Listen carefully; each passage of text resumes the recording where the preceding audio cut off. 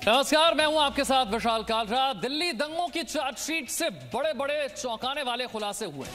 Delhi police की supplementary chargesheet में कई बड़े नामों का जिक्र है। चार्जशीट में शामिल बड़े नाम आरोपी नहीं, ये सह षड्यंत्रकारी हैं। आरोप पत्र में आरोपियों के बयानों में कुछ नेताओं के नाम हैं। आरोपियों के बयान के आधार पर ये नेता आरोपी नहीं। दिल्ली पुलिस के मुताबिक आरोपियों के बयान के आधार पर यह नेता आरोपी नहीं है, यह सह षड्यंत्रकारी। आरोप पत्र में आरोपियों के बयानों में कुछ नेताओं का नाम है। आपको याद है, दिल्ली में फरवरी के महीने में जिस तरह से हिंसा हुई थी, दंगा हुआ था, उसे लेकर जांच जारी है। दिल्ली पुलिस ने जांच की और उसके बाद चार्जशीट फाइल की गई है और इसी चार्जशीट के जरिए चौंकाने वाले खुलासे हुए।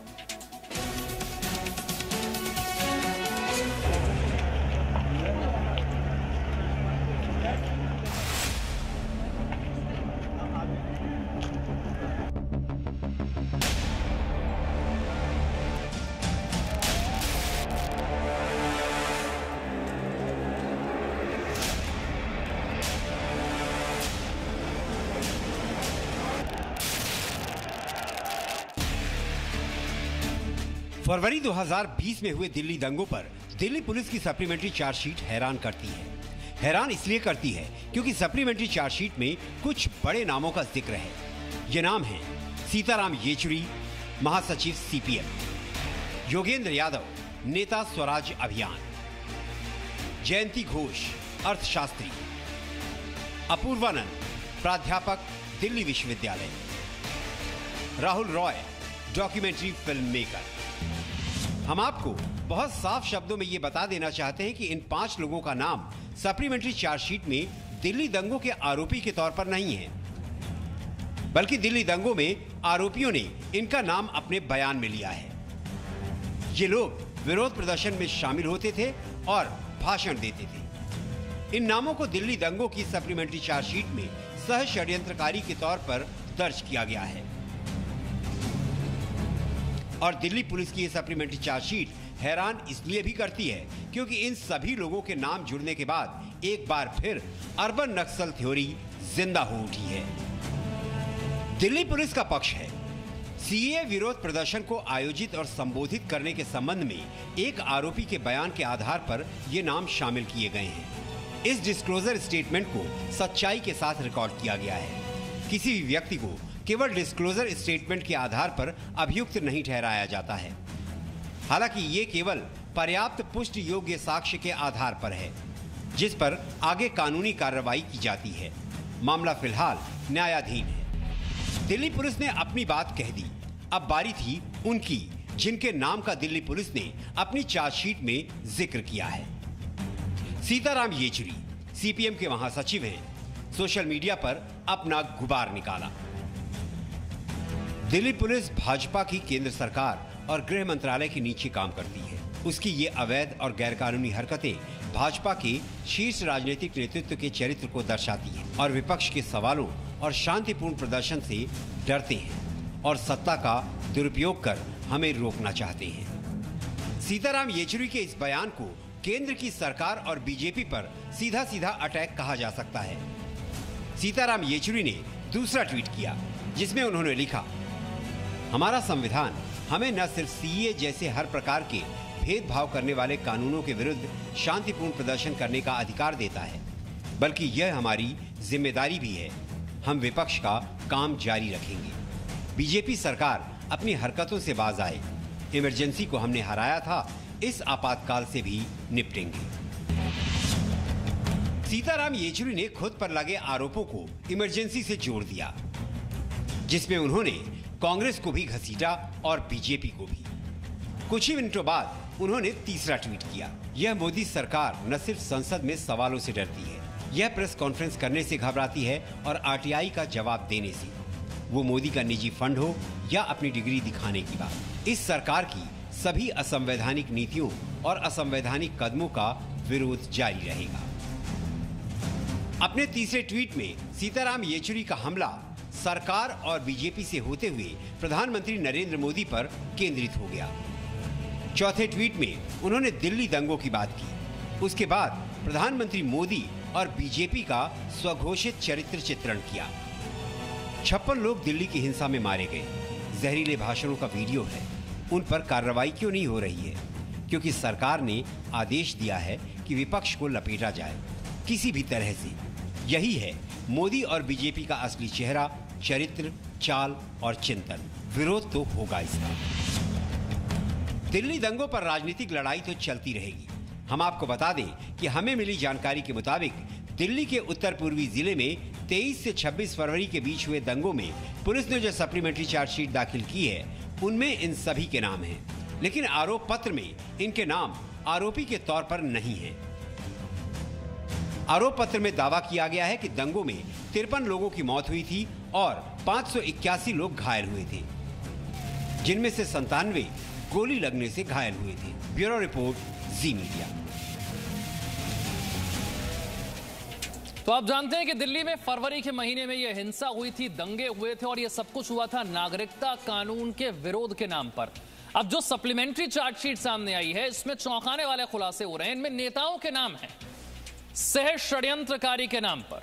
सप्लीमेंट्री चार्जशीट में किस किस नेता का नाम है ये देखिए। सीताराम येचुरी का नाम है, उन्होंने जवाब भी दिया इस पर और केंद्र सरकार पर निशाना भी साधा है। इसके अलावा कौन कौन है जिनका नाम है? योगेंद्र यादव का इसमें नाम है, जयति घोष का इसमें नाम है, प्रोफेसर अपूर्वानंद का इसमें नाम है।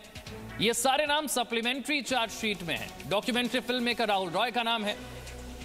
सीपीएम के महासचिव सीताराम येचुरी इस पर लगातार प्रतिक्रिया दे रहे हैं, वो हमने आपको दिखाया। उन्होंने दिल्ली पुलिस का केंद्र के इशारे पर काम करने का आरोप लगाया है। इसके अलावा योगेंद्र यादव का नाम, ये सारे नाम सप्लीमेंट्री चार्जशीट में हैं। जयति घोष, अपूर्वानंद, ये सारे नाम है सप्लीमेंट्री चार्जशीट। प्रमोद हमारे साथ जुड़ गए हैं ज्यादा जानकारी के साथ। प्रमोद, सप्लीमेंट्री चार्जशीट के मुताबिक इन नेताओं का रोल क्या था?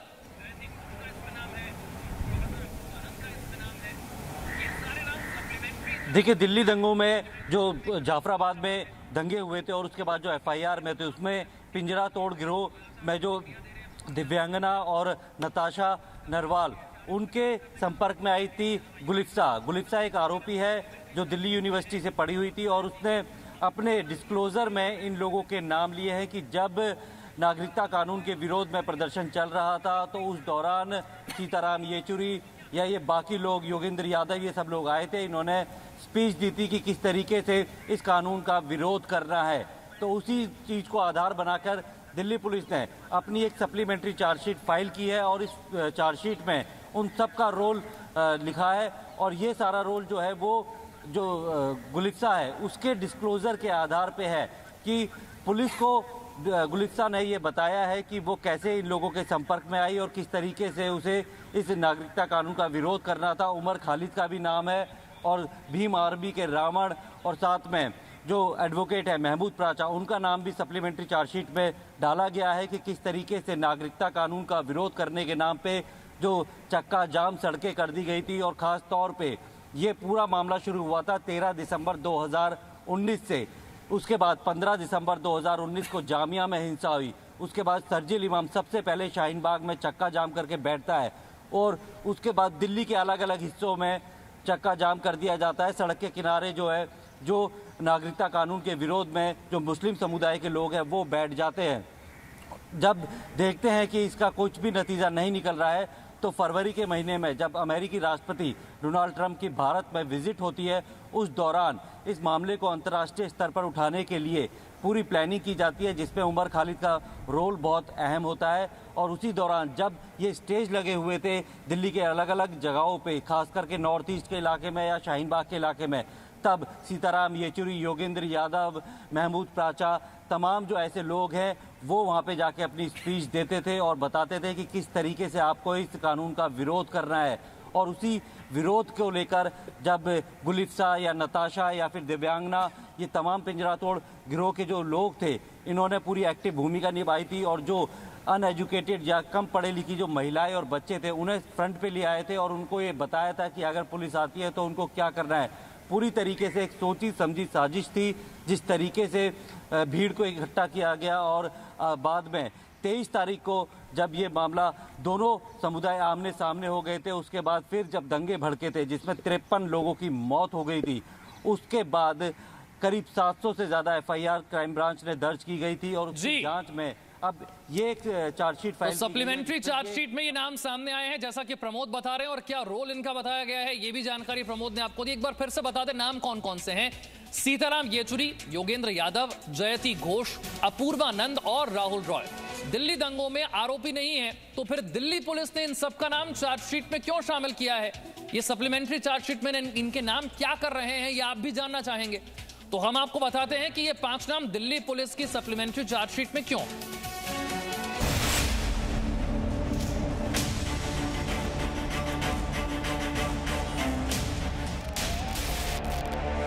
तो खासा लंबा काम उन्होंने अपने ऊपर ले लिया।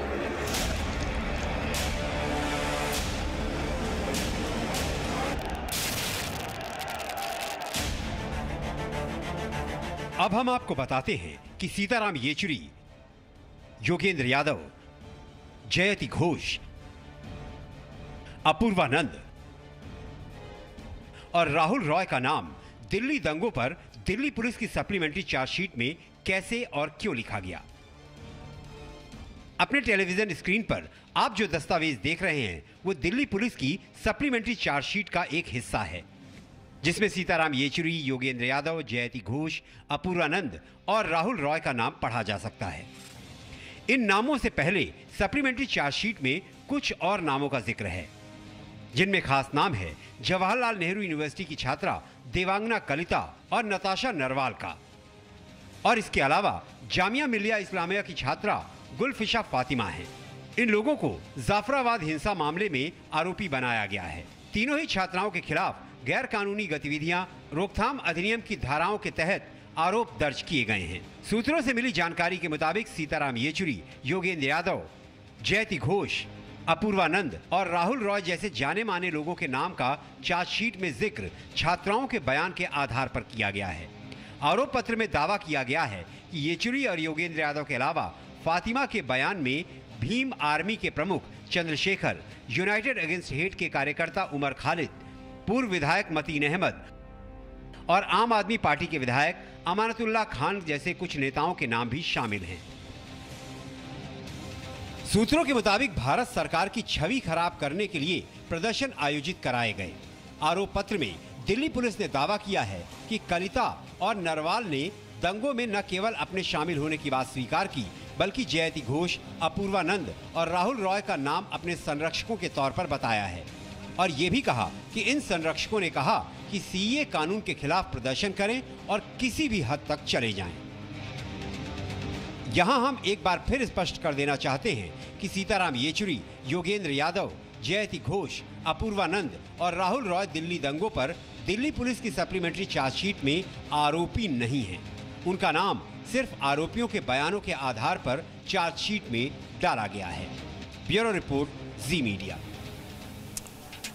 एक बार फिर से आपको बता दें, फरवरी के महीने में दिल्ली में ये हिंसा हुई थी, दंगा हुआ था, और उसे लेकर दिल्ली पुलिस ने जांच की है, और उसी में सप्लीमेंट्री चार्जशीट में इन हस्तियों के, नेताओं के नाम सामने आए हैं, और रोल इनका क्या है ये भी बताया गया है। Presenting B News app available on Google Play and App Store. Download it now.